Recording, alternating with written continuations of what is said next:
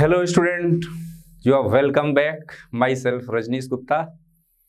Again आप लोगों का फिर से स्वागत है। अभी तक मैंने आप लोगों को एक दिन की क्लास में पीरियोडिक टेबल को लर्न करना सिखाया था। पीरियोडिक टेबल शायद आप लोगों ने लर्न कर लिया होगा, लेकिन उससे हमारा काम चलेगा नहीं। आगे और भी केमिस्ट्री में बहुत अच्छा स्कोर करना है, अच्छे मार्क्स लाना है, तो थोड़ी सी और पढ़ाई की ज़रूरत है। हमने पहली ही क्लास में बताया था कि पूरी केमिस्ट्री को हम 3 पार्ट में डिवाइड करते हैं: फिजिकल केमिस्ट्री, इनऑर्गेनिक केमिस्ट्री और organic chemistry.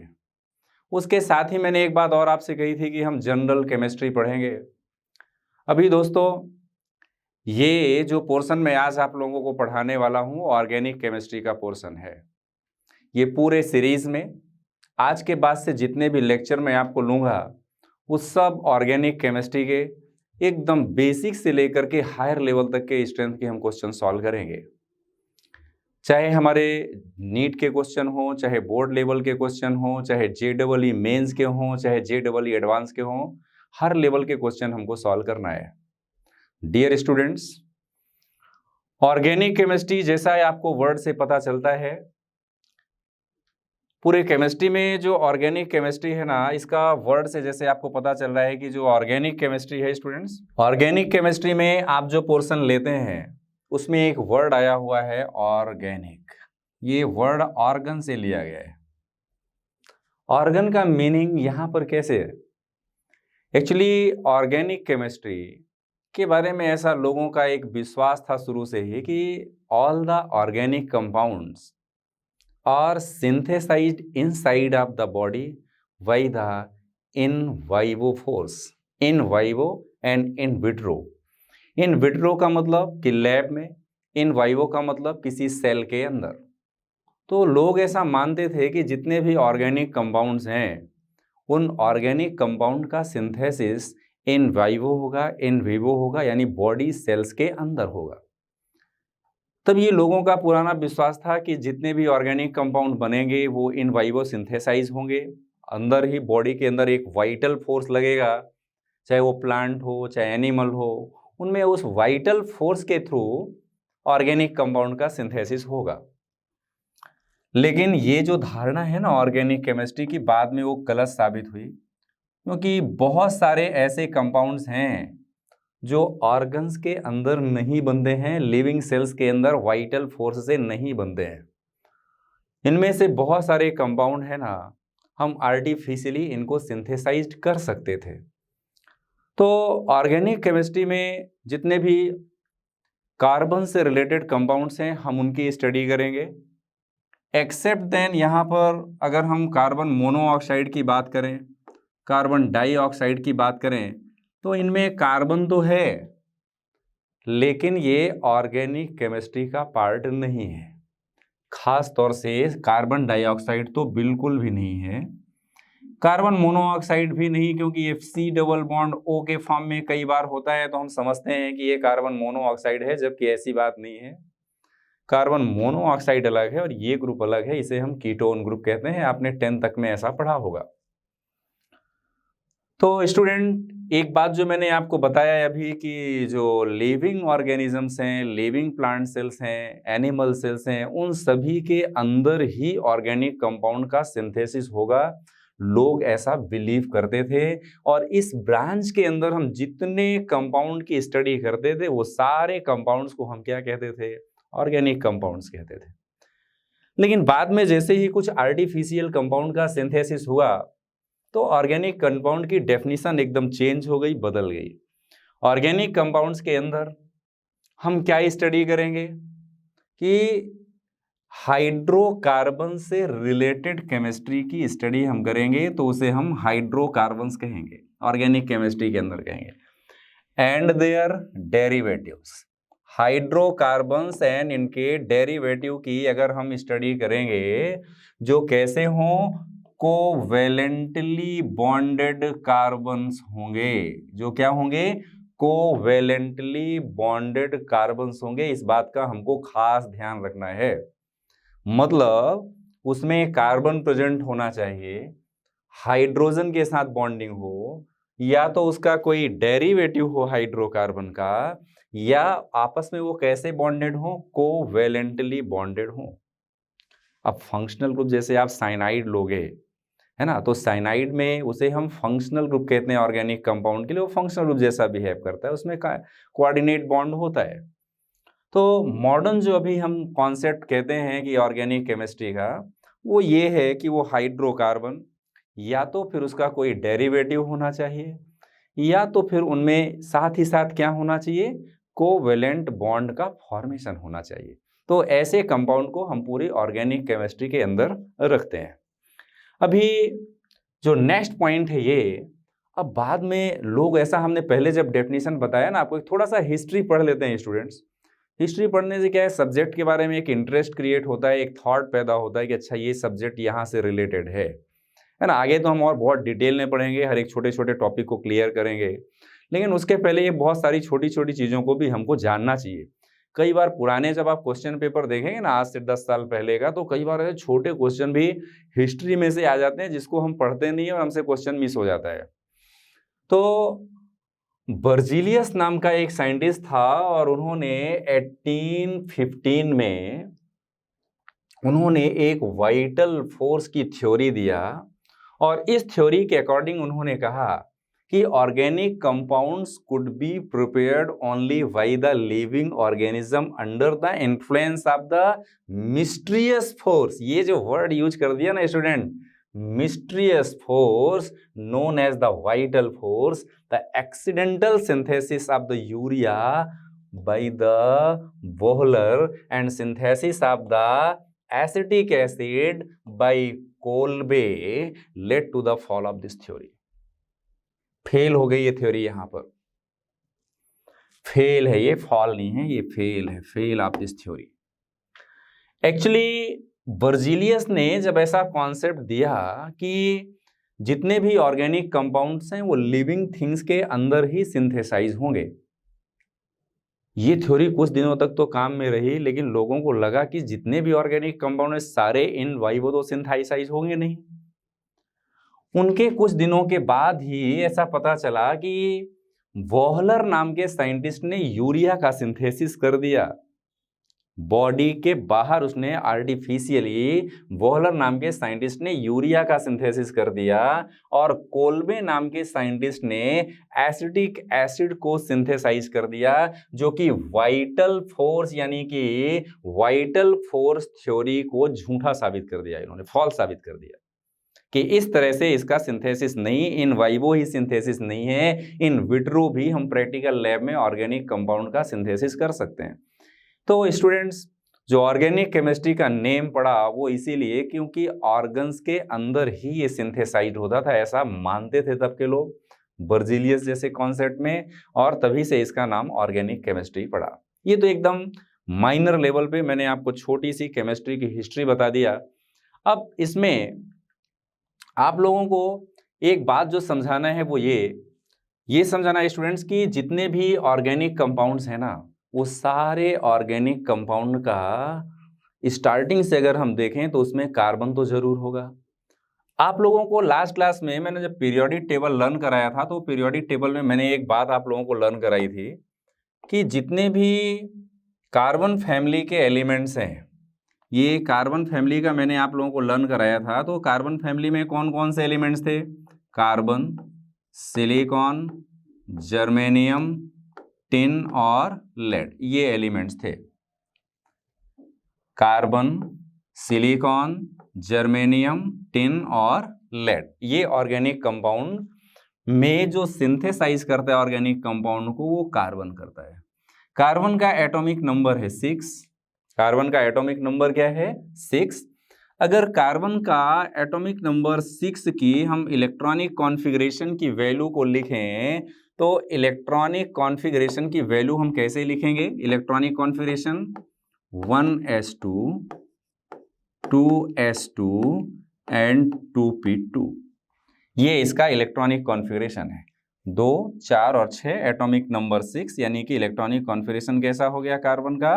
1s2, 2s2, 2p2। ये आप लोगों ने एटॉमिक स्ट्रक्चर में आपने इलेक्ट्रॉनिक कॉन्फ़िगरेशन लिखा हुआ होगा। अभी ये जो एलिमेंट है इसका इलेक्ट्रॉनिक कॉन्फिगरेशन में अंदर का ये वाला जो पार्ट है केमिकल रिएक्शन में पार्टिसिपेट करेगा नहीं। यहाँ का s ऑर्बिटल के 2 इलेक्ट्रॉन्स और p ऑर्बिटल के 2 इलेक्ट्रॉन्स, तो s ऑर्बिटल की ये 2 इलेक्ट्रॉन की ये कैपेसिटी और 2p में कितने ऑर्बिटल्स हैं? 3 ऑर्बिटल्स। तो 3 ऑर्बिटल में कितने इलेक्ट्रॉन है हमारे पास? 2 इलेक्ट्रॉन्स हैं। अब ऐसे अगर इस थ्योरी के बेस पर हम देखें तो कार्बन पे वैलेंस इलेक्ट्रॉन सिंपल थ्योरी के अकॉर्डिंग अगर हम ऐसे ऑर्बिटल थ्योरी के बेस पे जाएं तो न्यूक्लियस, ये फर्स्ट सेल, ये सेकंड सेल, तो यहाँ पर न्यूक्लियस में 6 प्रोटॉन हो गए और यहाँ पर 2 इलेक्ट्रॉन्स हो गए, ठीक है ना। इसमें कितने इलेक्ट्रॉन्स हो गए? 2 इलेक्ट्रॉन्स हो गए। इसके बाद जो 4 इलेक्ट्रॉन्स हैं यहाँ पर, ये 4 इलेक्ट्रॉन्स, तो हम कहते हैं कि इसकी वैलेंसी 4 है, यानी 4 इलेक्ट्रॉन है। लेकिन हाइब्रिडाइजेशन के कॉन्सेप्ट को अगर हम ध्यान में नहीं रखें तो हमें ये पता नहीं चलेगा कि इसके जो 2 अनपेयर्ड इलेक्ट्रॉन हैं ये भी बॉन्ड बना सकते हैं। तो इसमें से एक्चुअली क्या होता है कि ग्राउंड स्टेट में तो ये इलेक्ट्रॉनिक कॉन्फिगरेशन सही है, it is absolutely right in the case of the ground state of the electronic configuration, but when excited state comes, electron jumps from the ground state to the excited stage and goes to the 2p orbital, यानी कि इसमें से ये वाला electron jump करके unpaired हो जाता है और ये 3 जो ऑर्बिटल हैं उसमें 1, 2, ये 3, ये चौथा इलेक्ट्रॉन यहाँ पे जो आ गया, तो अभी बॉन्ड बनाने वाले इलेक्ट्रॉन की संख्या कितनी हो गई? 4 हो गई। इसीलिए कार्बन के जितने भी कंपाउंड्स हम लेते हैं, कार्बन 4 वैलेंसी वाला ऑर्गेनिक कंपाउंड का सिंथेसिस करता है, 4 बॉन्ड्स बनाने वाले कंपाउंड का सिंथेसिस करता है। अब बहुत सारे ऐसे भी केसेस हैं जहां पर मल्टीपल बॉन्ड आएंगे, डबल बॉन्ड आएगा, ट्रिपल बॉन्ड आएगा, इस तरह से भी वो बॉन्ड का फॉर्मेशन कर सकता है। तो लेकिन कार्बन की जो टेट्रावैलेंसी है, इस टेट्रावैलेंसी प्रॉपर्टी के कारण ही कार्बन 4 बॉन्ड बना सकता है, 4 बॉन्ड्स का फॉर्मेशन कर सकता है। This is called tetravalency of carbon.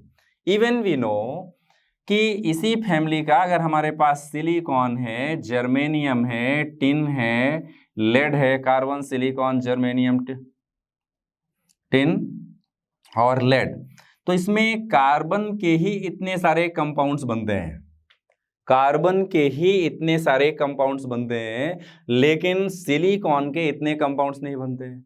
तो इसमें एक वर्ड आता है आप लोगों के सामने, catenation property. Which property? The property of catenation. Okay, हम क्या कहते हैं इसको? प्रॉपर्टी ऑफ कैटेनेशन कहते हैं। तो जितने भी ऑर्गेनिक कंपाउंड की अगर हम बात करें तो ऑर्गेनिक कंपाउंड में इसमें एक खास बात है कि ऑर्गेनिक कंपाउंड की एक कैटेनेशन की प्रॉपर्टी होती है कार्बन की। What do you mean by catenation? Catenation का मतलब है कि इसकी लॉन्ग चेन का फॉर्मेशन करने की कैपेसिटी, CATENATION, ये कैटेनेशन वर्ड की डेफिनेशन आप लोग समझ लो। कैटेनेशन का मतलब है लॉन्ग चेन का फॉर्मेशन करने वाला या तो और भी ब्रांचेस का फॉर्मेशन करने वाला कोई एलिमेंट। तो कार्बन की जो कैटेनेशन की प्रॉपर्टी है, यानी कि लॉन्ग चेन फॉर्मेशन की जो प्रॉपर्टी है, वो कहां से आई, वो बात हम लोगों को समझना है।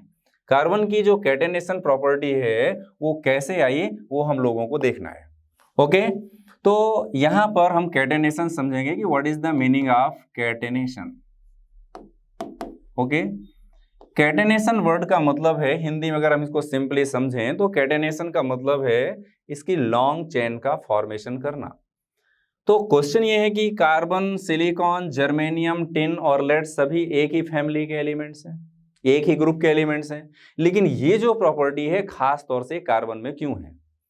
पहली बात तो ये है कि आपको याद होगा कि कार्बन, सिलिकॉन, जर्मेनियम, टिन और लेड की अगर हम बात करें तो ग्रुप में हम जब डाउनवर्ड मूव करते हैं तो एटॉमिक रेडियस की वैल्यू इंक्रीज होती जाती है। ग्रुप में डाउनवर्ड मूव करने पर एटॉमिक रेडियस की वैल्यू इंक्रीज होती है, एटॉमिक साइज इंक्रीज होता जाता है। कार्बन अपने पूरे ग्रुप में ऐसा एक एलिमेंट है जिसकी साइज स्मॉलेस्ट है। तो स्मॉलेस्ट साइज होने से क्या होगा ये बनने वाले बॉन्ड को अपनी तरफ पावरफुल अट्रैक्ट करेगा। जैसे मान लो कार्बन की कैटेनेशन प्रॉपर्टी अगर हम बात करें तो इस तरह से ये लॉन्ग चेन का फॉर्मेशन ऐसा करता जाता है। अगर सिर्फ हाइड्रोकार्बन की बात करें तो इस तरह से इसमें हाइड्रोजन हाइड्रोजन और भी इसमें हाइड्रोजन ऐड होते जाते हैं। तो ये जो लॉन्ग चेन फॉर्मेशन की प्रॉपर्टी कार्बन की है वो long chain formation property carbon में कैसे आई, means what is the reason of the catenation property. कई बार ये क्वेश्चन बोर्ड के एग्जाम में, छोटे छोटे एग्जाम में, स्कूल के एग्जाम में आपको आएगा। तो क्या लिखना, it is the capacity of the carbon to have the long chain formation that is called catenation.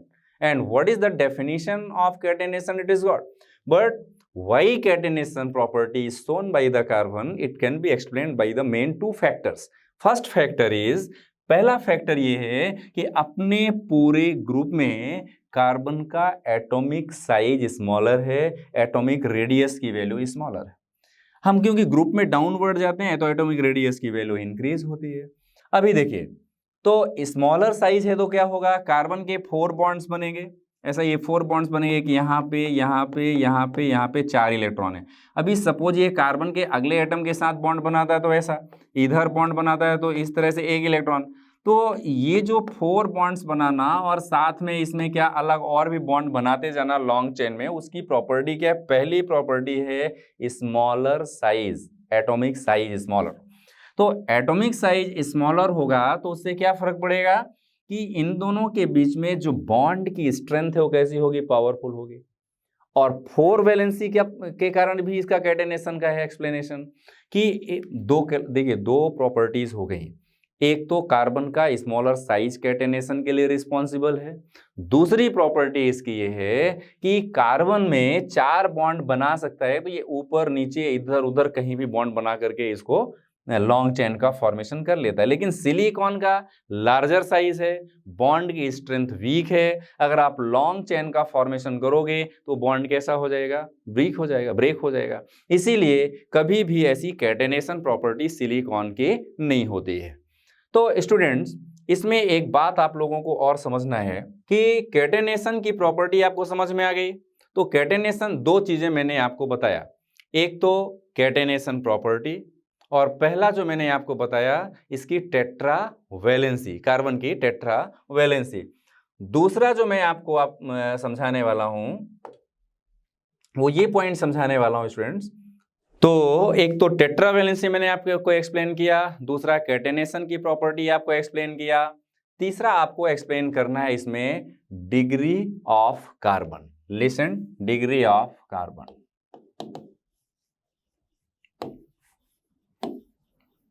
Actually जो कार्बन है ना, अगर आप किसी हाइड्रोकार्बन की स्ट्रक्चर में आप इसको देखो तो ये 1 degree, 2 degree, 3 degree and 4 degree के हाइड्रोकार्बन्स का फॉर्मेशन करता है।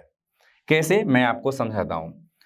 फॉर एग्जाम्पल, जैसे आपको एक स्ट्रक्चर लेते हैं, उसमें मैं आपको एक्सप्लेन करता हूं। 1 2 3 4 5 6 कार्बन आपने लिया, यहां पर इसकी ब्रांचिंग 1 कार्बन से हो गई, यहां पर ऐसे 2 कार्बन से इसकी ब्रांचिंग होगी। देखो, कभी भी ऐसी लॉन्ग चेन का जब मैं फॉर्मेशन करता हूं तो इसमें जो बचे हुए बॉन्ड है ना, क्योंकि कार्बन की वैलेंसी 4 है, ये 4 बॉन्ड बना सकता है।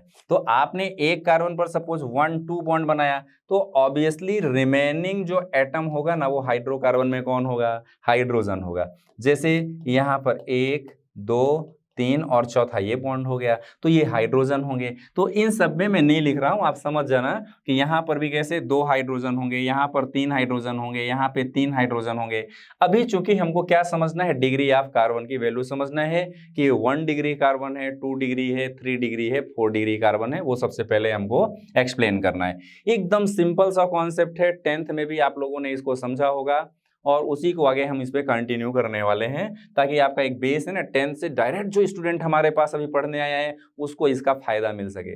अभी कोई ड्रॉपर बैच का स्टूडेंट होता जो डायरेक्ट अभी जेईई और नीट की तैयारी कर रहा है, तो ऐसे स्टूडेंट को फिर यहाँ से पढ़ाना हम शुरू नहीं कर सकते हैं, उसको डायरेक्ट नॉमेनक्लेचर पे आएंगे, क्लासिफिकेशन पे आएंगे, है ना, कंपाउंड्स के टाइप पर आएंगे, हाइब्रिडाइजेशन पर आएंगे, वो सारी चीज़ें आपको इसमें एक्सप्लेन करता है। लेकिन आप बेसिक 11th के स्टूडेंट हैं तो आप लोगों को यहाँ से एकदम बेसिक से पढ़ाएं, ताकि किसी भी स्टूडेंट को ऐसा बाद में नहीं है कि सर ऐसा क्या पढ़ा दिया केमिस्ट्री में, ऑर्गेनिक में कुछ समझ ही नहीं आ रहा है। तो ऐसी परिस्थिति अपने सामने आए नहीं, इसलिए अपने को एकदम बेसिक से पढ़ना है, स्टार्टिंग से पढ़ना है।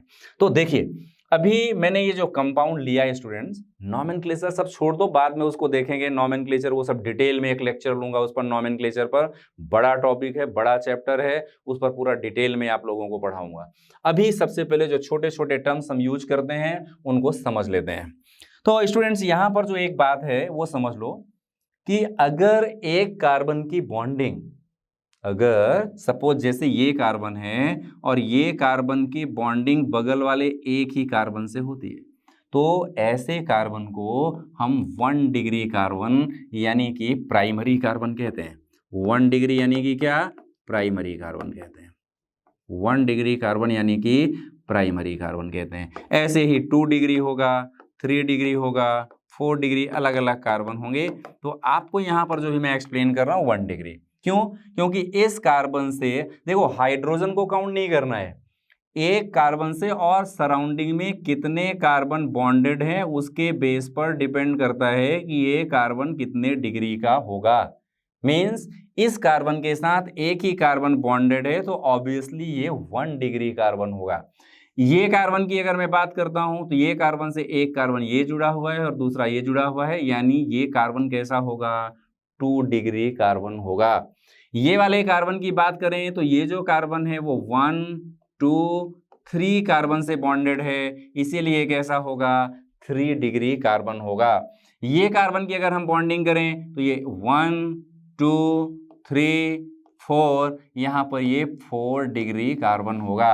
ये वाला कैसा होगा, 2 डिग्री होगा। ये कैसा होगा, 1 डिग्री होगा। ये 1 डिग्री, 1 डिग्री, 1 डिग्री। तो एक बात आपने देखा, डिग्री ऑफ कार्बन को आइडेंटिफाई करना एकदम आसान काम है।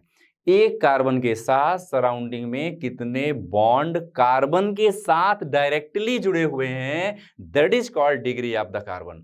हाइड्रोजन को काउंट नहीं करना है, ऑक्सीजन को काउंट नहीं करना है, नाइट्रोजन को काउंट नहीं करना है, किसी को काउंट नहीं करना है, सिर्फ इसको काउंट करना है कि कार्बन के साथ कार्बन की कितनी बॉन्डिंग है। इसके ऊपर डिपेंड करता है कि वो कार्बन 1 डिग्री होगा, 2 डिग्री होगा, 3 डिग्री होगा कि 5 डिग्री कार्बन तो हो नहीं सकता है, क्योंकि कार्बन की मैक्सिमम वैलेंसी ही कितनी है, 5 है, इसीलिए कभी 5 डिग्री कार्बन तो होगा नहीं। तो अभी एक मैं क्वेश्चन पूछता हूँ स्टूडेंट, सपोज आपके सामने अगर कोई ऐसी स्ट्रक्चर है लाइक कि 1, 2, 3, 4, यहाँ पे 2 डबल बॉन्ड आ गए और यहाँ पे एक कार्बन आ गया, ठीक है। तो अभी इसमें देखो, अभी एक कार्बन में यहाँ पे ले लेता हूँ, इसमें कार्बन लूंगा तो कोई मतलब नहीं है। अभी ये कार्बन के साथ C डबल बॉन्ड O आ जाता है, ठीक है। ये वाले स्ट्रक्चर में ले लेता हूँ। देखो कार्बन का 4 से ज्यादा बॉन्ड कहीं भी हो भी नहीं सकता है, इस बात को देखो 1, 2, 3, 4, ये 1, 2, 3, 4, यहाँ पर कार्बन लो, हाइड्रोजन लो, कुछ भी लो।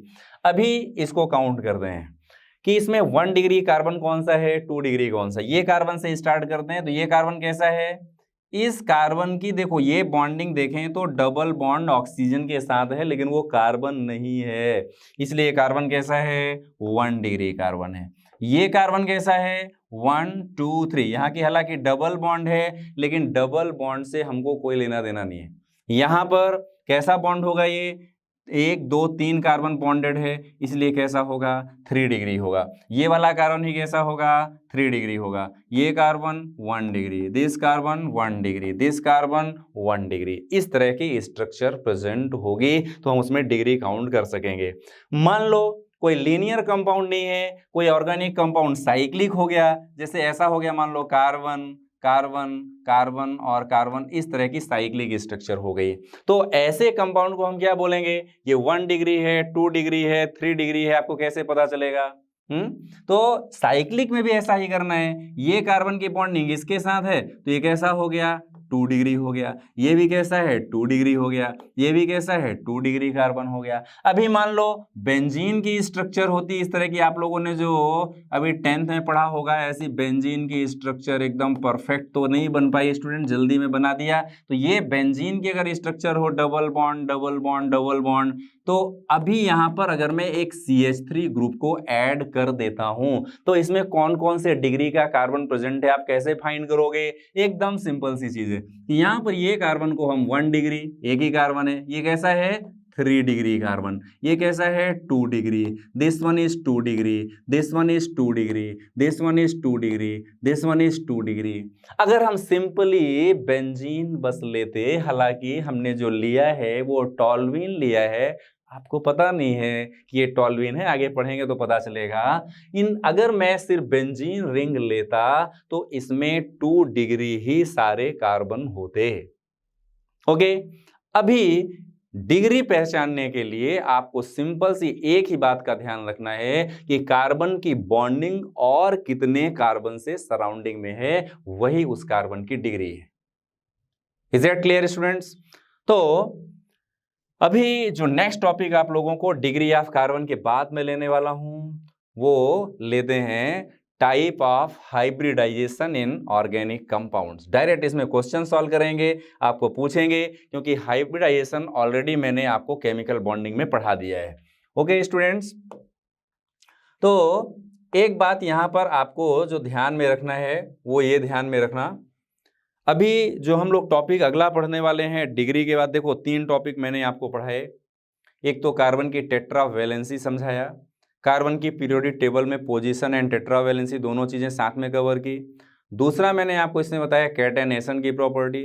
तीसरा बताया मैंने आपको डिग्री ऑफ द कार्बन। एकदम सिंपल सिंपल और बेसिक की चीजें हैं जो हम स्टार्टिंग से इसको पढ़ रहे हैं। अभी आपको जो नेक्स्ट टॉपिक पढ़ना है वो पढ़ना है हाइब्रिडाइजेशन इन ऑर्गेनिक कंपाउंड्स। बहुत ही बढ़िया टॉपिक है। केमिकल बॉन्डिंग अगर आपका क्लियर होगा स्टूडेंट्स तो आप बहुत जल्दी जवाब दे पाओगे, और इसी के बेस पर कई बार छोटे छोटे सिंपल सिंपल क्वेश्चन आ जाते हैं। मान लो कई बार ऐसा है जैसे नीट के एग्जाम में 45 क्वेश्चन आना है। अब 45 क्वेश्चन में से सारे तो एकदम डिफिकल्ट लेवल के होंगे नहीं, कुछ तो इजी लेवल के भी होते हैं, और उसमें भी अगर हमने गलती कर दिया तो बाकी के स्टूडेंट तो उसमें अच्छा मार्क्स लाने वाले हैं, लेकिन मैंने छोटी सी गलती कर दिया तो मेरे मार्क्स माइनस में आएंगे, पीछे चला जाऊंगा मैं रैंकिंग में। तो अपने को छोटी छोटी गलतियां भी नहीं करना है, ना तो बोर्ड एग्जाम में, ना स्कूल कंडक्टेड एग्जाम में, और ना ही एंट्रेंस एग्जाम में।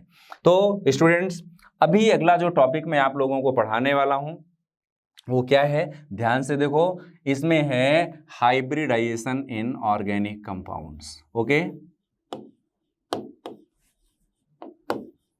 Hybridisation in organic compounds.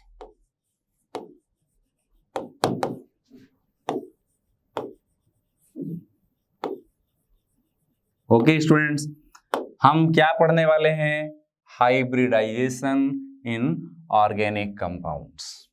तो देखो, हाइब्रिडाइजेशन आप लोगों ने जो केमिकल बॉन्डिंग में पढ़ा था उसमें ऑलरेडी हमने कार्बन के एग्जांपल्स लिए थे, है ना, हाइड्रोकार्बन्स के एग्जांपल लिए थे, एल्केन्स का, एल्कीन्स का, एल्काइंस का, सभी का एग्जांपल उसमें आता है। अभी देखो, हाइब्रिडाइजेशन को अगर मैं पढ़ाने बैठूंगा तो पूरा एक लेक्चर उसमें जाने वाला है। डायरेक्टली अगर मैं ऑर्गेनिक कंपाउंड्स में हाइब्रिडाइजेशन आपको पढ़ाऊं तो एकदम शॉर्ट में उसको हम सॉल्व कर सकते हैं, सारे क्वेश्चन सॉल्व कर सकते हैं, कोई प्रॉब्लम नहीं है।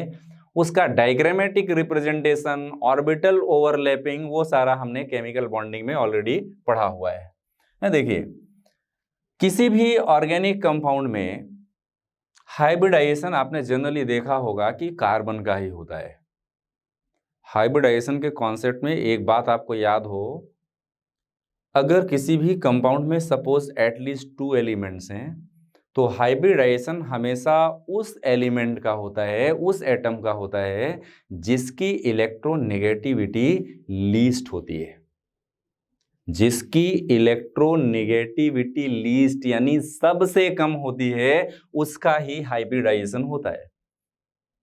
अब कोई भी ऑर्गेनिक कंपाउंड में हाइब्रिडाइजेशन को पहचानना है तो एकदम शॉर्टकट ट्रिक आपको बताता हूं, 2 मिनट में सॉल्व हो जाते हैं क्वेश्चन। मान लो ये कोई ऑर्गेनिक कंपाउंड है, लाइक 1 2 3 4, यहाँ पे डबल बॉन्ड है, ठीक है। और ये कैसा है, this one is CH3, this one is CH and CH3, okay. ऐसा एक कोई ऑर्गेनिक कंपाउंड है।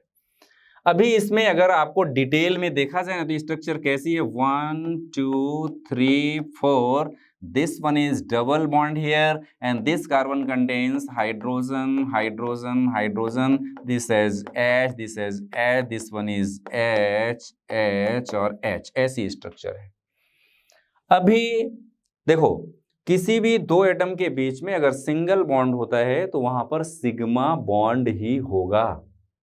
मल्टीपल बॉन्ड होता है यानी कि डबल बॉन्ड है तो उनमें से एक सिग्मा और दूसरा पाई बॉन्ड होगा। ट्रिपल बॉन्ड होता है तो एक ही सिग्मा और 2 पाई बॉन्ड होंगे। देखो अगर सिंगल बॉन्ड है तो हमेशा कैसा होगा, सिग्मा होगा। डबल बॉन्ड है तो एक सिग्मा होगा और दूसरा कैसा होगा, पाई बॉन्ड होगा। सपोज कार्बन कार्बन के बीच में ऐसा। अगर ऐसा ट्रिपल बॉन्ड आ गया कहीं पर तो ये जो बीच वाला है ना, दिस वन, वो सिग्मा होगा, ये वाला पाई होगा और नीचे वाला भी कैसा होगा, पाई बॉन्ड होगा। मल्टीपल बॉन्डिंग में हमेशा ऐसा समझो कि एक ही बॉन्ड सिग्मा बॉन्ड होता है। ये डिटेल में हमने केमिकल बॉन्डिंग में पढ़ा हुआ है। अभी इस कार्बन की अगर हम बात करें, अभी एक बात ध्यान रखना, हाई स्टूडेंट्स, बहुत इंपॉर्टेंट है। इस कार्बन के साथ कितनी बॉन्डिंग है, एक सिग्मा बॉन्ड, दूसरा सिग्मा बॉन्ड, तीसरा सिग्मा बॉन्ड और चौथा sigma bond. How many sigma bonds are there with this carbon, 4 sigma bonds are there. तो 4 सिग्मा बॉन्ड्स होंगे, तो 4 सिग्मा बॉन्ड्स होंगे तो टाइप ऑफ हाइब्रिडाइजेशन कैसा होगा, sp3 होगा। इसको एक चार्ट के रूप में अगर आप चाहो तो मैं आपको बता सकता हूं, लिखा देता हूं। अभी पहले इसको समझ लो। इस कार्बन के पास कितने कितने सिग्मा बॉन्ड है, ये सिग्मा है, ये सिग्मा है और एक सिग्मा, 1 2 3। ये वाला इसके साथ भी काउंट हो रहा है और ये इसके साथ भी काउंट हो रहा है। कितने सिग्मा बॉन्ड है, 3 सिग्मा बॉन्ड। तो अगर मैं इसको कार्बन नंबर 1 दूं, इसको 2 और इसको 3 और इसको 4, तो कार्बन नंबर 1 पर 4 सिग्मा बॉन्ड है और उसमें sp हाइब्रिडाइजेशन है, ये वाला sp3 हाइब्रिडाइजेशन है। कार्बन नंबर 2 पर 1 2 3 हमने सिग्मा बॉन्ड लिया है, तो 3 सिग्मा बॉन्ड लिया। कार्बन नंबर 2 पर 3 सिग्मा बॉन्ड है और एक कैसा बॉन्ड है, ये वाला, this one is pi bond. आपको पता होगा ये दूसरे कार्बन पर यहाँ पर एक सिग्मा है और दूसरा कैसा है, पाई है। तो पाई बॉन्ड कैसे बनता है, अनहाइब्रिडाइज्ड ऑर्बिटल से पाई बॉन्ड का फॉर्मेशन होता है। जो हाइब्रिडाइज्ड ऑर्बिटल्स होते हैं वो सिग्मा बॉन्ड बनाते हैं, कई बार लोन पेयर ऑफ इलेक्ट्रॉन भी रखते हैं, लेकिन जो अनहाइब्रिडाइज्ड ऑर्बिटल होते हैं वो हमेशा ही पाई बॉन्ड का फॉर्मेशन करते हैं। तो यहां पर इस कार्बन पर 3 सिग्मा है और एक कैसा है, पाई बॉन्ड है। तो पाई बॉन्ड तो हाइब्रिडाइज्ड हुआ ही नहीं, तो इस कार्बन का हाइब्रिडाइजेशन कैसा होगा, 3 हुआ तो कैसा होगा, sp2। p के कितने 2 और s का कितना 1, तो टोटल हाइब्रिडाइज्ड ऑर्बिटल कितने 3 हो गए। अभी कार्बन नंबर 3 की बात करते हैं, ये वाला कार्बन। कार्बन नंबर 3 में सिग्मा एंड पाई बॉन्ड्स का नंबर कितना, एकदम सिंपल टॉपिक है यार, लल्लू जैसा क्वाइन, ऐसे क्वेश्चन भी तो बहुत आसानी से सॉल्व हो जाते हैं, इसमें टेंशन लेने की कोई जरूरत नहीं है। तो यहां पर जो बॉन्ड है, एक सिग्मा ये हो गया इसके साथ, दूसरा ये सिग्मा, तीसरा ये सिग्मा और एक पाई हो गया, फिर से सिग्मा। यानी कि तीसरे पर कार्बन नंबर 3 पर कितने सिग्मा बॉन्ड है, 3 सिग्मा बॉन्ड है। तो इस पर भी जो हाइब्रिडाइजेशन होगा वो कैसा होगा, sp2 होगा। चौथे कार्बन की बात करते हैं, जो 4th कार्बन है उसमें सिग्मा सिग्मा सिग्मा सिग्मा और सिग्मा, 1 2 3 4 सिग्मा बॉन्ड हो गए। तो 4th जो कार्बन है उस 4th कार्बन पर भी 4 सिग्मा बॉन्ड है, तो इसका हाइब्रिडाइजेशन भी कैसा होगा, sp3 होगा। अभी देखो ये तो मैंने भाई एकदम सिंपल तरीका, एकदम बेसिक क्वेश्चन लिया है जो सभी को आना चाहिए, एकदम सिंपल कंपाउंड लिया है। तो अल्टीमेटली आपको क्या करना है कि इसमें सिग्मा एंड पाई बॉन्ड का नंबर काउंट करना है। जो सिग्मा बॉन्ड जितने होंगे वैसा ही उसका हाइब्रिडाइजेशन होगा। Pi bonds are unhybridized orbital and these cannot participate in the hybridization.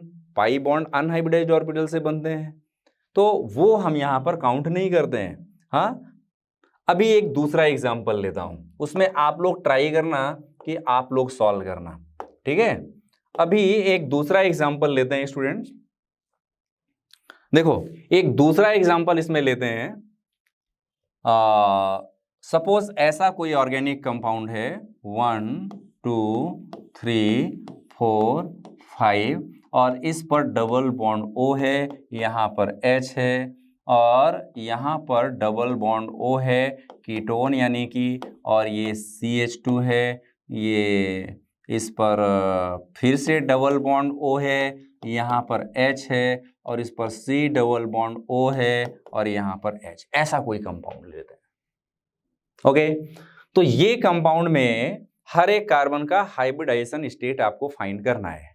Suppose मैं अगर इसकी नंबरिंग, हालांकि सिमेट्रिकल स्ट्रक्चर है तो मैं कहीं से भी नंबरिंग लेता हूं, सपोज 1, सपोज इसकी मैं नंबरिंग यहाँ पे कलर चेंज कर देता हूँ स्टूडेंट। ये नंबर मैं यहाँ पे ले लेता हूँ, ये कार्बन नंबर 1, ये कार्बन नंबर 2, ये carbon number 3 4 and 5, these are the carbons. अभी अगर मैं कार्बन नंबर 1 की बात करूं तो इसमें कौन सा है, यहाँ पर सिग्मा बॉन्ड है कि नहीं? How many sigma bonds are there, can you find it students? यहाँ पर कितने सिग्मा बॉन्ड्स हैं? इस कार्बन से जुड़े हुए जो सिग्मा बॉन्ड हैं, एक सिग्मा बॉन्ड, दूसरा सिग्मा बॉन्ड और तीसरा, चौथा कौन सा है? ये पाई बॉन्ड। तो टोटल इस कार्बन पर 3 सिग्मा बॉन्ड्स हैं, यानी जो हाइब्रिडाइजेशन होगा वो कैसा होगा? sp2 टाइप का होगा। इज इट क्लियर और नॉट? तो देखो भाई, पढ़ते समय एक दिन जागते रहना, ध्यान से सुनना तो चीजें समझ में आएंगी। अभी कार्बन नंबर 2 पर बात करें तो कार्बन नंबर 2 पर कितने सिग्मा बॉन्ड्स हैं? एक ये हो गया, ये 2 सिग्मा बॉन्ड, ये तीसरा सिग्मा बॉन्ड और ये चौथा कौन सा हो गया? Pi bond. तो कार्बन नंबर ये 1 की बात थी। ये कार्बन नंबर 2 पर कितने सिग्मा बॉन्ड्स हैं? इसमें भी 3 सिग्मा बॉन्ड्स हैं, तो हाइब्रिडाइजेशन कैसा हुआ? sp2 हो गया। अभी हम कार्बन नंबर 3 की बात करें तो 1 2 3 4 सिग्मा बॉन्ड, तो कार्बन नंबर 3 पर 4 सिग्मा बॉन्ड, यानी टाइप ऑफ हाइब्रिडेशन कैसा हो गया? sp3 हो गया। ओके, यहाँ पर कार्बन नंबर 4 की बात करें तो 1 सिग्मा बॉन्ड, ये 2 सिग्मा बॉन्ड, 3 सिग्मा बॉन्ड, एक, ये 2 और ये 3। अभी ये वाली स्ट्रक्चर यहाँ पे नहीं हो सकती है, देखो ये 5 बॉन्ड हो जाएंगे, नहीं तो ये वाली स्ट्रक्चर यहाँ नहीं हो सकती। यहाँ पर हमको H ले सकते हैं, हम यहाँ पे सिंगल ऐसा H ले सकते हैं, तो ये सिग्मा बॉन्ड, सिग्मा सिग्मा और ये वाला कैसा? सिग्मा। तो 4 सिग्मा बॉन्ड, कार्बन नंबर 4 पर भी 4 सिग्मा बॉन्ड, तो ये कैसा हो गया? sp3 hybridised. ये फिर से कैसा? सिग्मा बॉन्ड 1 2 3 और चौथा ये कौन सा हो गया? Pi bond. तो 3 सिग्मा बॉन्ड कार्बन नंबर 5 पर, 3 सिग्मा बॉन्ड, तो कैसा हाइब्रिडेशन हो गया? sp2 hybrid. तो किसी भी कंपाउंड पर अगर आप हाइब्रिडाइजेशन फाइंड करने जाओ तो आसानी से हाइब्रिडाइजेशन फाइंड कर सकते हैं। ओके, अभी देखो मैंने आपको एक बात कहा था कि कितने सिग्मा बॉन्ड होंगे और लोन पेयर ऑफ इलेक्ट्रॉन होंगे तो हाइब्रिडाइजेशन कैसा होगा, उसको एक सिंपल टेबल के हिसाब से समझ लेते हैं। देखिए कैसे, ये आप लोगों ने, हालांकि केमिकल बॉन्डिंग में ये सारी चीजें आती हैं, फिर भी ऑर्गेनिक केमिस्ट्री हम लोग पढ़ रहे हैं, तो ऑर्गेनिक केमिस्ट्री में कहीं पर प्रॉब्लम ना आए, इसलिए हमको ये बात अच्छी तरह से समझ लेना चाहिए। ध्यान से सुनना, अगर नंबर ऑफ सिग्मा बॉन्ड्स इधर ले लेते हैं, नंबर ऑफ सिग्मा बॉन्ड्स, और ऐसा इधर ले लेते हैं टाइप ऑफ हाइब्रिडाइजेशन। ठीक है स्टूडेंट्स, तो number of sigma bonds and hybridisation की बात करें तो उसको इस टेबल से अपने बना करके देख लेते हैं कैसा हाइब्रिडाइजेशन होगा, कितने लोन पेयर ऑफ इलेक्ट्रॉन होंगे और कैसी बॉन्डिंग होगी। ओके, ठीक है। नंबर ऑफ सिग्मा बॉन्ड्स, कभी भी देखो एक सिग्मा बॉन्ड तो हो नहीं सकता है, एक एटम ही होगा, बॉन्ड ही नहीं बनाएगा तो एक सिग्मा बॉन्ड होगा नहीं।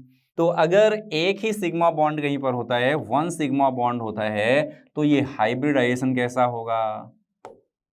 हाइब्रिडाइजेशन इसमें कैसा होना चाहिए? हालांकि ये सब बना सकते हैं पीपीटी में, लेकिन आप इसको मैनुअल ऐसा समझो। तो इसमें 1 सिग्मा बॉन्ड नो हाइब्रिडाइजेशन। अभी 2 सिग्मा बॉन्ड अगर मैं रखता हूं तो sp हाइब्रिडाइजेशन होगा। 3 सिग्मा बॉन्ड रखता हूं, अभी मैं लोन पेयर ऑफ इलेक्ट्रॉन की बात नहीं कर रहा हूं, सिर्फ कार्बन के लिए समझा रहा हूं कि 3 अगर 3 सिग्मा बॉन्ड हो गया तो कैसा hybridisation, sp2 hybridisation. 4 sigma bond हुआ तो कैसा, sp3 हाइब्रिडाइजेशन। 5 सिग्मा बॉन्ड हुआ तो sp3d हाइब्रिडाइजेशन। 6 सिग्मा बॉन्ड हुआ तो क्या हुआ, sp3d2 हाइब्रिडाइजेशन। sp3d3 ऐसा बढ़ता जाएगा, लेकिन मैं तब बात कर रहा हूं जब सिर्फ bond pair of electron present होते हैं कार्बन के केस में। अगर मल्टीपल बॉन्डिंग होता है तो वो हमेशा कौन सा होता है, पाई बॉन्ड होता है। तो अभी देखो, मैं लोन पेयर ऑफ इलेक्ट्रॉन की बात यहाँ पर बिल्कुल भी मैंने नहीं किया हुआ है। अभी ऑर्गेनिक में इसको नहीं लेंगे, इनऑर्गेनिक में आएगा तो फिर से इसको देखेंगे। अभी मैं कुछ एग्जांपल्स देता हूं जिसमें आपको कार्बन का हाइब्रिडाइजेशन बताना है, मल्टीपल बॉन्डेड कंपाउंड में, एरोमेटिक में, एलिसाइक्लिक में, सभी में बताना है। सपोज एक लीनियर कंपाउंड है कोई, कार्बन कार्बन कार्बन कार्बन और ऐसा इसके साथ ऐसा फिर से कार्बन, तो इसमें आपको क्या बताना है, टाइप ऑफ हाइब्रिडाइजेशन बताना है हर एक कार्बन पर। फिर दूसरा एक साइक्लिक कंपाउंड में लेता हूं, सपोज कार्बन कार्बन कार्बन ऐसा, ये साइक्लिक कंपाउंड लेता हूं। तीसरा मैं आपको ऐसा एक कंपाउंड ले रहा हूं जो थोड़ा सा कैसा है, डबल साइक्लिक है, जिसको हम बाईसाइक्लिक कंपाउंड के नाम से भी जानते हैं। सपोज यहां पर एक कार्बन और यहां पर एक कार्बन, ये बाईसाइक्लिक कंपाउंड हो गया। सपोज एक और तीसरी स्ट्रक्चर ले लेते हैं जिसमें कोई कंपाउंड कैसा है, 1 2 और यहाँ पर C और ऐसे N कोऑर्डिनेट बॉन्ड और ये यहाँ पर CH3 आपने ले लिया। तो कौन सा कार्बन में किस तरह का हाइब्रिडाइजेशन है वो हमको फाइंड करना है। ओके अभी ये जैसे सिंपल स्ट्रक्चर है, इसमें यहाँ पे क्या होगा, H होगा, 1 2 3 ऐसे 3 बॉन्ड और एक ये H, तो ये sigma bond sigma bond sigma bond sigma bond, तो ये कार्बन का हाइब्रिडेशन कैसा होगा, sp3 होगा। तो इसमें भी ऐसा ही होगा, यहाँ पे हाइड्रोजन दो तो सिग्मा सिग्मा सिग्मा और ये सिग्मा, तो टोटल इसका जो हाइब्रिडेशन कैसा होगा वो sp3 होगा। ठीक है, 1 2 3 4, इसमें भी हाइड्रोजन आपने यहाँ पे ले लिया, हाइड्रोजन यहाँ पे ले तो 1 2 3 4 1 2, ये सिग्मा और ये सिग्मा और ये सिग्मा ये सिग्मा, इसके भी 4 हो गए, तो कितना हो गया sp3 हाइब्रिडेशन। यहाँ पर देखो तो ये हाइड्रोजन हर जगह फिल कर दोगे तो ये भी कैसा है sp3 हाइब्रिडेशन। ये कार्बन में भी यहाँ हाइड्रोजन आएगा तो ये कार्बन भी कैसा है sp3 हाइब्रिडाइजेशन। मान लो बेंजीन रिंग ना होकर के कोई ऐसी स्ट्रक्चर आ जाए आपके पास, इस तरह की स्ट्रक्चर आ जाए, यहाँ पर C है और ये डबल बॉन्ड O है, 1 2 1 2 3 4, तो ये कार्बन का हाइब्रिडाइजेशन कैसा होगा 1 2 3 और ये पाई बॉन्ड, यानी कि हाइब्रिडाइजेशन कैसा होगा यहाँ पर sp3 होगा। तो कैसा भी कंपाउंड आए उसमें आप हाइब्रिडाइजेशन की प्रोसेस को समझा सकते हैं और समझ सकते हैं कि कितने इसमें सिग्मा बॉन्ड होंगे और कितने पाई बॉन्ड्स होंगे। जैसे बेंजीन रिंग के केस में हमने देखा था कि बेंजीन रिंग की स्ट्रक्चर अगर आप बनाओ तो ये carbon carbon carbon carbon carbon, ये इस तरह के, अभी इसमें यहाँ पर अल्टरनेट पोजीशन पर डबल बॉन्ड मैंने लगाया, तो ये यहाँ पे हाइड्रोजन हाइड्रोजन तो हर जगह है, तो इसमें टोटल कितने सिग्मा और कितने पाई बॉन्ड्स होंगे आप आसानी से काउंट कर पाओगे।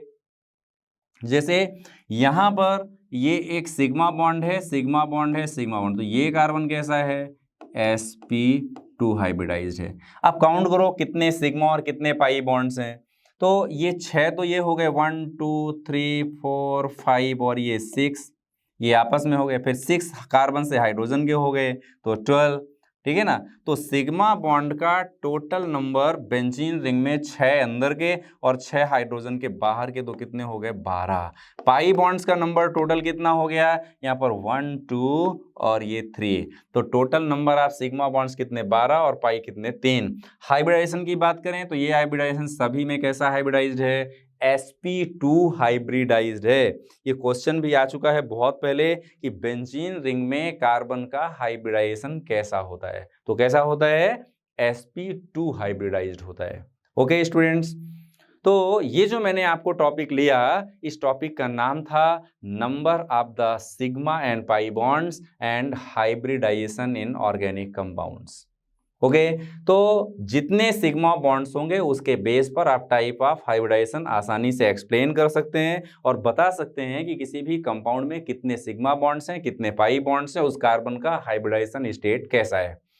अब इसको देखो, नॉमेनक्लेचर में भी कई बार पूछ रहे कि नॉमेनक्लेचर, इसका नॉमेनक्लेचर नहीं आएगा तो आप कार्बन की नंबरिंग नहीं कर पाओगे। अब उसने पूछ लिया कार्बन नंबर 1 से 3 की तरफ कैसा हाइब्रिडाइजेशन है, तो आपको पता ही नहीं चलेगा। इसलिए नॉमेनक्लेचर भी बहुत इंपॉर्टेंट है ऑर्गेनिक केमिस्ट्री में। तो ये 3-4 टॉपिक जो मैंने आज आपको क्लियर किया, उसके बाद एक बहुत ही बढ़िया टॉपिक आता है स्टूडेंट्स ऑर्गेनिक केमिस्ट्री में। टॉपिक का नाम है होमोलोगस सीरीज। टॉपिक का नाम है होमोलोगस सीरीज। होमोलोगस सीरीज का मतलब क्या है, पहले तो ये समझ लो। What is the meaning of homologous? Homo word का मतलब क्या होता है? कई बार ऐसे हम कोई भी लैंग्वेज पढ़ते हैं ना, तो उसमें जैसे लाइफ साइंस में भी आप पढ़ते होगे तो ऐसा वर्ड आता है ना होमो। तो होमो का मतलब क्या है? सोल्यूशन में भी, केमिस्ट्री में आएगा होमोजीनस सोल्यूशन, हेटेरोजीनस सोल्यूशन। यहाँ पर होमो का मतलब क्या है? सेम। होमो का मतलब क्या है? सेम। जिसका लोगोस यानी कि उत्पत्ति कैसी है, ओरिजिन कैसी है, सेम है, उसको हम क्या कहते हैं? होमोलोगस सीरीज कहते हैं। मतलब ऐसे ग्रुप ऑफ कंपाउंड जिनके बहुत सारे मेंबर्स, जिनकी सिमिलर स्ट्रक्चर, जिनकी स्ट्रक्चर कैसी हो? सिमिलर हो। फीचर्स भी उनके कैसे हो? स्ट्रक्चरल फीचर सेम हो। एंड केमिकल प्रॉपर्टीज कैसी हो? सेम हो। और वो कैसे हो? उनके सक्सेसिव मेंबर्स हो। उनके कैसे होना चाहिए? सक्सेसिव मेंबर्स होना चाहिए। लेकिन उनका मॉलिक्यूलर फॉर्मूला कैसा होना चाहिए? डिफरेंट होना चाहिए। Differ in their molecular formula by CH2। ये मैंने ब्लैंक छोड़ दिया है भाई। आपने 10th में भी पढ़ा ना, तो आपको पता होना चाहिए कि क्या डिफरेंस होना चाहिए। CH2 का डिफरेंस होना चाहिए अगर वो ऑर्गेनिक कंपाउंड से। तो यानी कि मॉलिक्यूलर मास के बेस पर देखें तो CH2 का अगर डिफरेंस होगा तो कार्बन का कितना? 12 और हाइड्रोजन का 2 × 1, तो टोटल 14 मॉलिक्यूलर मास का डिफरेंस सक्सेसिव स्पीसीज में होना चाहिए। तो उसको हम बोलेंगे कि होमोलोगस सीरीज है। अब कुछ एग्जांपल्स लेते हैं। सिर्फ डेफिनेशन से काम चलेगा नहीं। देखो, अगर कुछ पढ़ना है ना स्टूडेंट्स, तो सिर्फ डेफिनेशन से काम कभी भी चलता नहीं है। डेफिनेशन के साथ साथ हमको उसके एग्जांपल्स, क्वेश्चन, उसके प्रैक्टिस, ये सारी चीजें भी हमको समझना चाहिए। एकदम बेसिक चीजें ले रहा हूँ, एकदम बेसिक ले रहा हूँ, आपको लगेगा ही नहीं कि कुछ हमने केमिस्ट्री में पढ़ा। इतना सिंपल ऑर्गेनिक केमिस्ट्री, और यहाँ से 0 से लेकर के आपको हीरो तक का सफर मेरे साथ तय करना है।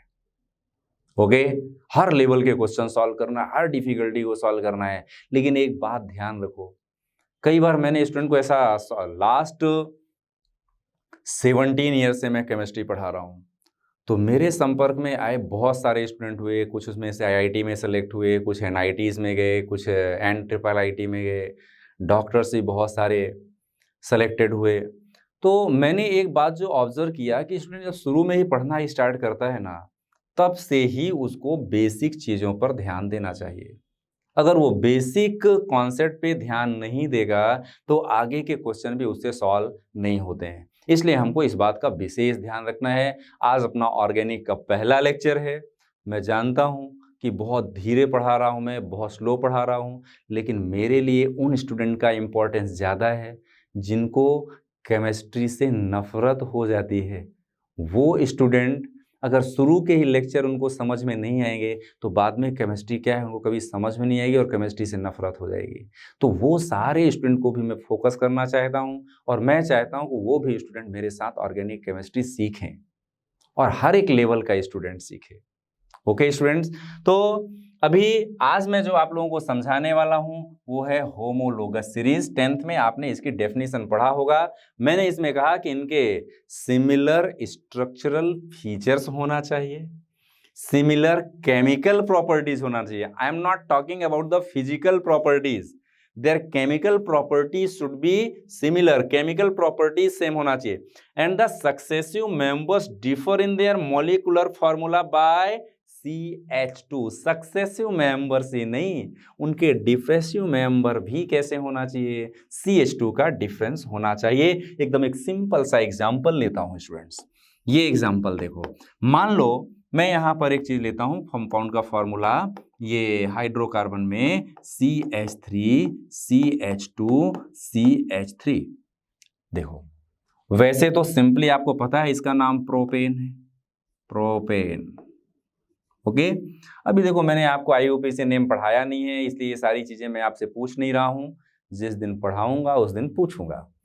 अभी देखो ये जो प्रोपेन है ना, इसमें अब आगे देखना, हाँ, इसके पहले मैं एक कंपाउंड लिखता हूं CH3 CH3, यानी ये क्या है, इथेन।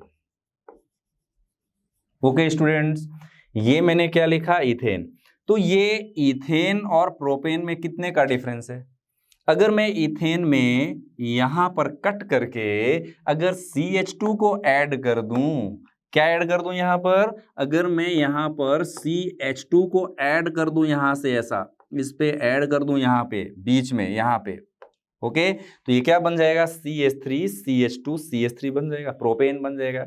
यानी इथेन का सक्सेसिव कौन हो गया, प्रोपेन हो गया। इन दोनों के बीच में क्या डिफरेंस है, CH2 का डिफरेंस है। What is the difference of their, CH2 का डिफरेंस है।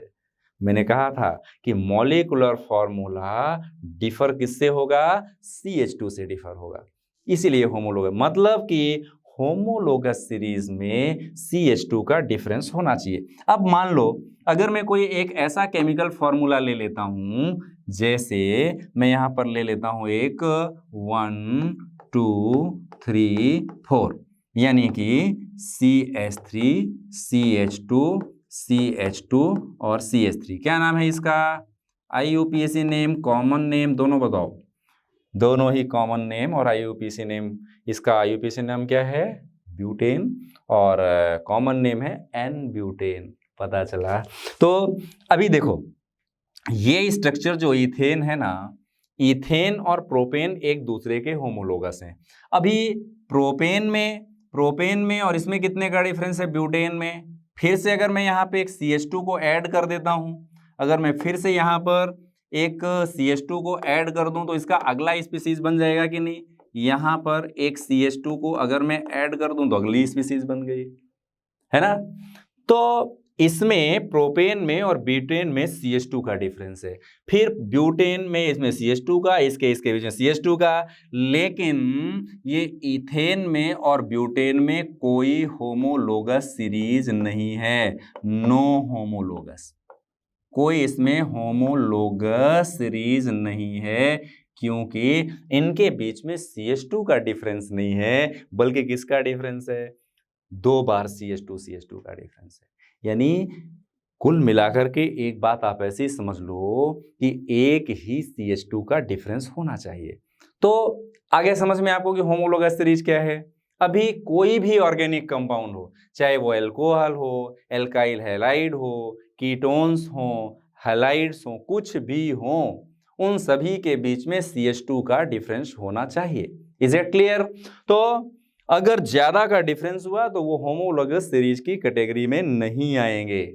ओके स्टूडेंट्स, तो एक यहां पर मैं आपको कुछ प्रॉपर्टीज बता रहा हूं कि होमोलोगस सीरीज की क्या प्रॉपर्टीज हैं। इनका एक कॉमन फॉर्मूला होना चाहिए, इनका क्या होना चाहिए, एक कॉमन फॉर्मूला होना चाहिए। देखो जैसे इथेन, प्रोपेन, ब्यूटेन, इन सब का एक कॉमन फॉर्मूला क्या है, CnH2n+2, इनका एक कॉमन फॉर्मूला है। अभी आप n की वैल्यू 2 करोगे तो इथेन बनेगा, n की वैल्यू 3 करोगे तो प्रोपेन बनेगा, n की वैल्यू 4 करोगे तो ब्यूटेन बनेगा। दूसरी बात मैंने कहा था, कॉमन फॉर्मूला तो हो गया, दूसरी बात मैंने कहा था कि इनकी केमिकल प्रॉपर्टीज कैसी होना चाहिए, सेम होना चाहिए। फिजिकल प्रॉपर्टीज मॉलिक्यूलर वेट के इंक्रीज होने के साथ साथ चेंज हो सकती हैं। फिजिकल प्रॉपर्टीज का मतलब मेल्टिंग पॉइंट है, बॉइलिंग पॉइंट है ना, उनकी डेंसिटी है, ये विस्कोसिटी है, ये सारी प्रॉपर्टीज मॉलिक्यूलर मास के इंक्रीज होने के साथ साथ ही इंक्रीज हो सकती हैं, होंगी ही। लेकिन इनकी केमिकल प्रॉपर्टीज कैसी होंगी? सेम होंगी। ये बात अलग है। आगे जब हम लोग रिएक्शन मैकेनिज्म पढ़ेंगे तो उसमें आपको पता चलेगा कि मॉलिक्यूलर मास बढ़ाने के साथ साथ केमिकल प्रॉपर्टीज की वैल्यूज में भी चेंज आता है, उनकी रिएक्टिविटी चेंज हो जाती है। ठीक है, लेकिन केमिकल प्रॉपर्टीज सेम होती है, रिएक्टिविटी चेंज हो जाती है। फिजिकल प्रॉपर्टीज तो डिफरेंट होंगी ही। इनका मतलब जो होमोलोगस सीरीज होंगे, होमोलोगस सीरीज वालों का क्या होगा? एक कॉमन फॉर्मूला होगा। फिजिकल प्रॉपर्टीज डिफरेंट हो भले, लेकिन उनकी केमिकल प्रॉपर्टीज कैसी होंगी स्टूडेंट्स? केमिकल प्रॉपर्टीज कैसी होंगी? सेम होंगी। Is it clear students? तो ये एग्जाम्पल हटा करके एक दूसरा एग्जाम्पल देता हूं, आप उसका होमोलोगस सीरीज मुझे बताना। देखो एकदम सिंपल चीज है, ऐसा कुछ भी नहीं है। अगर कोई पढ़ा हुआ स्टूडेंट थोड़ा सा भी होगा ना तो उसको ये सारी चीजें जल्दी से समझ में आ ही रही होंगी। मैं जानता हूं कि एक बार पढ़ा हुआ स्टूडेंट ये वीडियो नहीं देखेगा, लेकिन जिसने आज पहली बार ऑर्गेनिक केमिस्ट्री 11th में आके पढ़ना शुरू किया है, ऐसे स्टूडेंट के लिए ये राम बाण जैसा साबित होगा। बहुत ही बढ़िया, आप लोग बहुत अच्छा सीखने को मिलेगा। तो स्टूडेंट्स एक मैं आपको एग्जांपल देता हूं, उसका होमोलोगस सीरीज बताना। फॉर एग्जांपल आपके पास एक एग्जांपल लेता जा रहा हूं मैं, ताकि आप क्वेश्चन सॉल्व कर सको।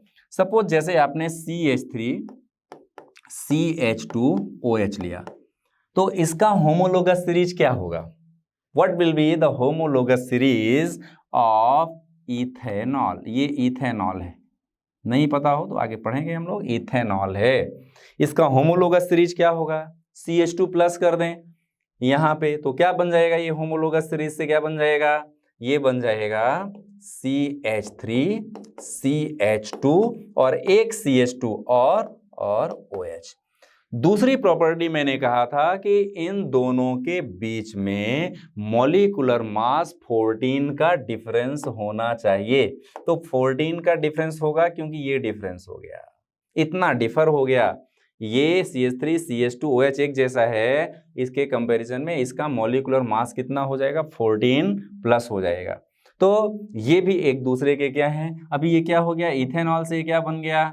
प्रोपेनॉल बन गया। मॉलिक्यूलर फॉर्मूला क्या होगा? सेम होगा दोनों का, CnH2n+1 और फिर OH, ऐसा कॉमन फॉर्मूला इसका हो जाएगा। अभी कोई दूसरा कंपाउंड सपोज मैं लेता हूं, मान लो मैं थोड़ी देर के लिए एक ये साइक्लोप्रोपेन ले लेता हूं। ऐसा स्ट्रक्चर है, ये लाइन डायग्राम है। अगर डिटेल में देखें तो ये स्ट्रक्चर रियल में इस तरह की है। साइक्लोप्रोपेन क्या बोलते हैं इसको? This is cyclopropane. तो साइक्लोप्रोपेन की जो स्ट्रक्चर है, इसका होमोलोगस क्या होगा स्टूडेंट्स? बताओ। 3 की जगह पर क्या हो जाएंगे? 4 कार्बन हो जाएंगे। यानी ये क्या बना लेगा? 1 2 3 4, 4 कार्बन बना लेगा। तो ये स्ट्रक्चर कैसी हो जाएगी? यानी इसके और इसके बीच में कितने का डिफरेंस हुआ? यहाँ पर ये CH2, ये CH2, ये CH2 और ये CH2, यहाँ पर भी सारे ये CH2 CH2 और CH2। तो एक CH2 आपने ऐड कर दिया, यानी ये क्या बन गया? This is cyclobutane. ये साइक्लोब्यूटेन बन गया स्टूडेंट्स। ओके, तो साइक्लोप्रोपेन से इसने क्या बना लिया? साइक्लोब्यूटेन बना लिया। ये भी होमोलोगस सीरीज है। अगर मैं आपसे बोलूं कि बेंजीन का होमोलोगस सीरीज बनाओ, तो आप बना सकते हो क्या? Just tell. Can you find the homologous of benzene? अच्छा, कई बार इसमें क्वेश्चन आता है ना, तो आगे की सीरीज का कोई कंपाउंड ले लेता है और पीछे का पूछ लेता है, इसका प्रीसेसिव क्या होगा, इसका सक्सेसिव क्या होगा। ऐसे भी हम इनको सॉल्व कर सकते हैं, है ना। तो बेंजीन का क्या होगा, कोई बता सकता है क्या होमोलोगस सीरीज में? देखिए, होमोलोगस सीरीज बनाते समय अपने को एक ही चीज का ध्यान रखना है कि होमोलोगस सीरीज दोनों के बीच में CH2 का डिफरेंस होना चाहिए ही, कंपलसरी। तो मान लो आपने जैसे बेंजीन लिया, अभी ये बेंजीन की स्ट्रक्चर है, अभी हम जितना पढ़ते हैं उतना ही सिखा रहे हैं आपको थोड़ा थोड़ा बेसिक सीखना है। ये बेंजीन की स्ट्रक्चर है। ओके, अभी अगर आपने इस पर CH2 ऐड कर दिया तो वो क्या बना लेगा, मतलब इस पे अगर आप होमोलोगस सीरीज बना लो, इसका होमोलोगस अगर आप बनाओ तो वो होमोलोगस कैसे बनेगा? CH2 कहीं ऐड करना पड़ेगा। अभी इसमें क्या है, अब बात आ गई ना, समझ में आया होमोलोगस सीरीज का यहाँ कैसे सॉल्व करोगे? अभी इसमें हर जगह H है भाई मेरे, यहाँ पर हर जगह क्या है, H है, H है, H है। मैंने बात किसकी किया था, किसकी बात किया था मैंने? CH2 का। तो CH2 ऐड करोगे इसमें तो अलग ही स्ट्रक्चर हो जाएगी, यानी कि इसकी स्ट्रक्चर में आपको 7 कार्बन, 1 2 3 4 5 6 और ये 7 कार्बन लेना पड़ेगा, 3 4 7। तो जो बॉन्ड जहां पर हैं, एक छोड़ करके एक छोड़ करके एक, लेकिन बीच में एक क्या ले लिया है आपने, CH2 ले लिया। समझ में आया क्या? ऐसा आप कर सकते हैं क्या? या तो आप ऐसा कर सकते हैं कि इस बेंजीन रिंग के एरोमेटिक रिंग से बाहर आप यहाँ पे एक CH3 लगा सकते हैं। तो ये ऐसी स्ट्रक्चर लोगे तो भी ये होमोलोगस सीरीज कहलाएगा स्टूडेंट्स, होमोलोगस ही, क्योंकि इसके और इसके बीच में यहाँ पर आपने CH3 लगाया नहीं, CH2H यहाँ का एक गायब कर दिया ना भाई, 1 2 3 4, यहाँ पे एक H था, उस H को हटाया और आपने क्या लगा दिया, CH3 लगा दिया। तो डिफरेंस तो कितने का रहा, CH2 का ही रहा। तो बेंजीन में ये प्रॉपर्टी इसकी खो जाती है, ये बेंजीन जैसी प्रॉपर्टी इसकी नहीं रह जाती है। लेकिन अगर आप इस पे CH2 ऐड करते हो तो इस कंडीशन में इसका परफेक्ट जो होमोलोगस सीरीज है वो कौन सा है, ये कंपाउंड है, यानी कि टॉल्वीन है। क्या कहते हैं हम इसको, this is called toluene. Okay student, तो मुझे नहीं लगता है कि होमोलोगस सीरीज का कोई भी क्वेश्चन आपसे मिस होगा। ये सारे टॉपिक मैंने जो आज आपको पढ़ाए इसको ध्यान से एक बार रिवाइज करना। नेक्स्ट क्लास में आपको लीनियर प्रेजेंटेशन, लाइन डायग्राम और 3D structure of the organic compounds, उनकी detail structure, molecular formula, alkane alkene alkyne के कॉमन फार्मूला, वो सारी चीज़ें आपको नेक्स्ट क्लास में लूँगा। तब तक के लिए बाद में मिलते हैं नेक्स्ट क्लास में। Okay, all the best, thank you.